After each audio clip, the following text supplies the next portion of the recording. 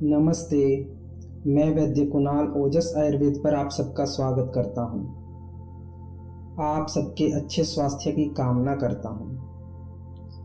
आज का हमारा विषय है आयुर्वेद अनुसार सामान्य विशेष सिद्धांत और इसकी चिकित्सा शास्त्र में उपयोगिता। सबसे पहले बात करते हैं सामान्य की।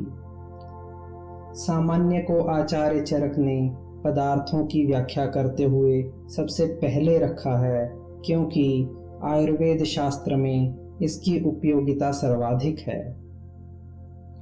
सामान्य को ध्यान में रखकर ही चिकित्सा में प्रवृत्त हुआ जाता है। तो आइए अब हम सामान्य की परिभाषा जानते हैं। सामान्य को परिभाषित करते हुए कहा गया है, सर्वदा सर्वभावानां सामान्यम वृद्धि कारणम। अर्थात सर्वदा यानी हमेशा सभी भावों की अर्थात द्रव्य गुण कर्म की वृद्धि का जो कारण है वह सामान्य कहा जाता है। इसका अर्थ है, जब तक द्रव्य गुण कर्म की स्थिति रहती है तब तक इन तीनों की बढ़ोतरी सामान्य से होती है। सामान्य का संबंध शरीर से होता है, अर्थात जब शरीर में किसी धातु विशेष या दोष विशेष की कमी पाई जाती है तो उसके समान द्रव्य गुण कर्म का प्रयोग कर उसकी वृद्धि की जाती है। एक उदाहरण से समझते हैं। जैसे शरीर में मांस धातु की कमी हो गई है, तब मांस धातु के समान द्रव्य यानी आहार जैसे उड़द, गुण जैसे गुरु गुण, कर्म जैसे बृंघण कर्म का प्रयोग करने से मांस धातु की वृद्धि हो जाती है, ऐसा समझना चाहिए। एक और सिंपल एग्जांपल से समझाते हैं। मान लीजिए किसी के शरीर में प्रोटीन की कमी हो गई है, तो वह प्रोटीन रिच डाइट लेकर अपनी इस कमी को दूर कर सकता है और प्रोटीन की वृद्धि करके स्वास्थ्य लाभ को प्राप्त कर सकता है। सामान्य के विषय में यह भी कहा गया है, सामान्यम एकत्वकरम, अर्थात सामान्य अनेक पदार्थों में एकत्व बुद्धि को उत्पन्न करता है। जैसे अनेक मनुष्यों में मनुष्यत्व होने के कारण उनमें एकत्व बुद्धि उत्पन्न होती है, एकता आती है, तो यह सामान्य के कारण होता है। तुल्य अर्थता ही सामान्यम, अनेक पदार्थों में समानता को बताने वाला सामान्य होता है। अब सामान्य के भेदों को देखते हैं। सामान्य के 3 भेद हैं, द्रव्य सामान्य, गुण सामान्य, कर्म सामान्य। जिन द्रव्यों में समानता होती है वे द्रव्य अपने समान द्रव्य की वृद्धि करते हैं। जैसे मांस का सेवन करने से शरीर में मांस धातु की वृद्धि होती है, यह द्रव्य सामान्य है। गुण सामान्य, यह सामान्य एकता पैदा करने वाला होता है। जैसे स्निग्ध, गुरु, मधुर, सांद्र आदि गुणों से युक्त द्रव्यों का सेवन करने से शरीर में स्निग्धता, गुरुता, मधुरता, सांद्रता आदि गुणों की वृद्धि होती है और कफ दोष के समान इन गुणों की वृद्धि होने से शरीर में कफ दोष की भी वृद्धि हो जाती है। आगे आता है कर्म सामान्य। समान कार्य करने वाला कर्म कर्म सामान्य कहलाता है। जैसे बैठे रहने रूपी कर्म से शरीर में कफ दोष की वृद्धि हो जाती है, या बृंघण कर्म से शरीर में धातुओं की वृद्धि हो जाती है। इस प्रकार से सामान्य की व्याख्या कर दी गई है। अब हम विशेष पर बात करते हैं। आचार्य चरक ने सामान्य को पदार्थों में गिनने के बाद विशेष की गणना पदार्थों में की है। विशेष की परिभाषा करते हुए कहा गया है, ह्रास हेतु विशेषश्च, अर्थात जो हमेशा ह्रास यानी कमी लाने वाला है वह विशेष कहा जाता है। विशेषस्तु पृथकत्वकृत, अर्थात जो पृथकत्व यानी वस्तुओं में भेद बुद्धि उत्पन्न करने वाला है वह विशेष कहा जाता है। यानी कि जो दो वस्तुओं में भेद उत्पन्न करता है यानी भेद को दर्शाता है वह विशेष है। विशेषस्तु विपर्ययः, जो सामान्य के विपरीत है वह विशेष होता है। एक उदाहरण से विशेष को समझते हैं।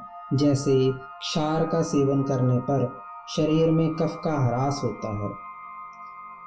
जैसे लघु गुणयुक्त द्रव्यों का सेवन करने पर शरीर में गुरुता का नाश होता है।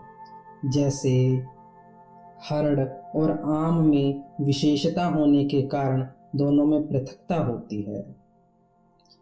इन विशेष के उदाहरणों से विशेष को समझना चाहिए। विशेष भी 3 प्रकार के होते हैं: द्रव्य विशेष, गुण विशेष, कर्म विशेष। जो द्रव्यों की भिन्नता के कारण ह्रास का कारण होता है वह द्रव्य विशेष कहा जाता है। जैसे क्षार एक द्रव्य है और यह कफ के विपरीत द्रव्य है, अतः क्षार का सेवन करने से कफ दोष का ह्रास हो जाता है, कमी हो जाती है। गुण विशेष की व्याख्या करते हुए कहा गया है, जो एक दूसरे से पार्थक्य या अलगाव का बोध कराने वाला ज्ञान है वह गुण विशेष कहलाता है। जैसे वात में शीत, रूक्ष, लघु गुण होते हैं तथा तेल में वात के विपरीत उष्ण, स्निग्ध, गुरु गुण होते हैं। इस कारण से तेल वात का ह्रास करता है, वात में कमी लाता है। कर्म विशेष, जो कर्मों में विपरीत होने से ह्रास का कारण होता है वह कर्म विशेष कहा जाता है।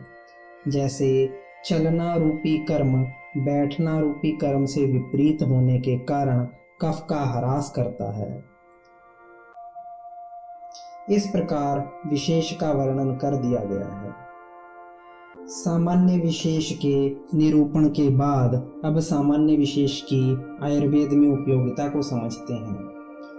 आयुर्वेद के 2 प्रयोजन हैं। पहला है स्वस्थस्य स्वास्थ्य रक्षणम, अर्थात स्वस्थ पुरुष के स्वास्थ्य की रक्षा करना, और दूसरा है आतुरस्य विकार प्रशमनम च, अर्थात रोगी के रोग को दूर करना। इनकी सफलता सामान्य एवं विशेष के ज्ञान पर ही निर्भर करती है। औषध द्रव्य के गुण कर्म का ज्ञान होने पर भी चिकित्सा में उसका उपयोग सामान्य विशेष के ज्ञान के बिना करना व्यर्थ एवं असफल सिद्ध होगा। कई बार लाभ के स्थान पर हानि भी हो सकती है। इसीलिए चिकित्सा में सफलता प्राप्ति हेतु सामान्य विशेष का ज्ञान होना अत्यंत आवश्यक है। आयुर्वेद के दोनों प्रयोजनों की सिद्धि के लिए महर्षि सुश्रुत ने 3 सिद्धांत बताए हैं। पहला है समहापालितव्याः। इसका अर्थ है जो दोष सम हैं उनको सम रूप में ही पालन करना, अर्थात उनको बैलेंस्ड स्टेट में ही रखना। दूसरा है क्षिणः वर्धितव्याः, अर्थात जिन दोषों की या धातुओं की शरीर में कमी हो गई है उनको बढ़ाना और उनको सम अवस्था तक लाना। तीसरा है वृद्धाः ह्रास्यतव्याः, अर्थात जो बढ़े हुए दोष हैं उनका ह्रास करना, उनकी शरीर में कमी करना। इन तीनों सिद्धांतों का व्यवहारिक रूप से पालन तभी संभव है जबकि औषध, द्रव्य, गुण, कर्म की जानकारी के साथ साथ सामान्य एवं विशेष की भी भली भांति जानकारी हो। इस प्रकार से सामान्य और विशेष की आयुर्वेद शास्त्र के अनुसार उपयोगिता को बता दिया गया है।